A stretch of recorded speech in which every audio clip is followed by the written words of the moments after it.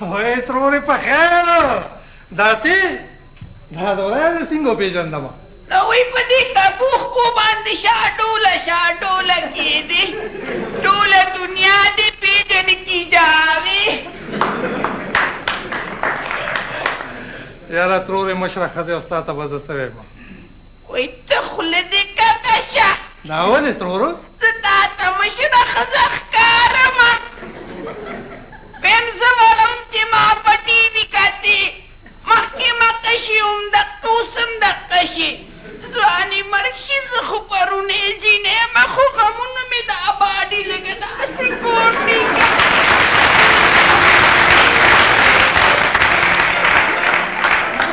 او نظر محمده اوس هم په یوه خپو باندې چیندرو کومه نه ترور ما ته پته ده بلکل جینۍ ښه دا راته ووایه چې اوس هم هغه د تعویزونو کار کوې او که نه پرېښې دی ویم ولې په چا تعویز کېس داسې تعویز تله نظر محمده وکړم داسې تعویز تله وکړم چې څه خلکو سره به کوته کړي او ستا به ملا وي دا ولې شمشته یې تروره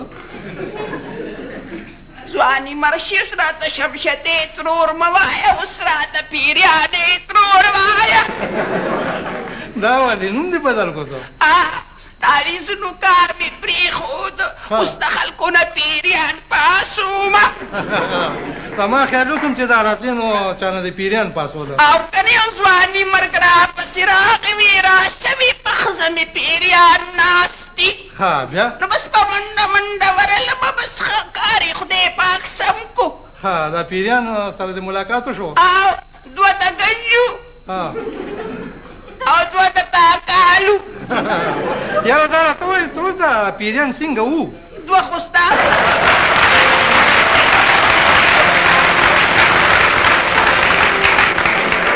او هغه څلورم زنانه پیرې وه دا څنګه وه یاره ټوله داسې وه دي جینۍ په شان خو میکپ یې نو کړي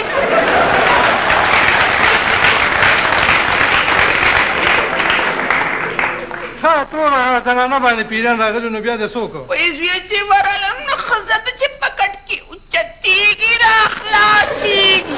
ها بیا نو زویه ما خو ورته ښه مزېداره لکه ښه د خان تحصیل ګانه مې م ورته ووې چې پیریان ترې لاړ شي مې چې پیریان تې پاسې مې لیوځي په لوړو غرونو لیلا خو پیریان پانسېدل بیا مې ورته وې مې دا ړنده پرېږدې نه هغې راته څه وویل وی ړنده به دي او ړنده به دي موري نه دا راته هغه پیریانو ویل نه دا راته ښځې ووې ښه بیا دې څه وکړو بس بیا مې ورته وې مې داسې کار دی که تاسو پاسې او که نه مې سړي ته مې تاله ما دویمه ښځې بدلو بس کړې دی ها خاوند ته دې ویل چې دویمه جینۍ مې درله کتلې واده نو بیا نو بس ښځه دقه ده چې په کټ کې کېناسته او کلمې ووې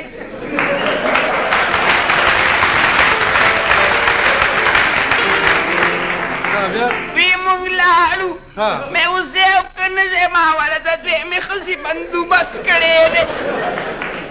نو بیا څه وشو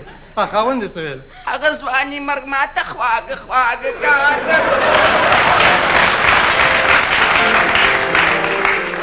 نه ته ماته ته ووایه چې دا پیریان د دروغ وو یم زویه دا ټول هسې ګپ شپي په دې جمشید به م راتللو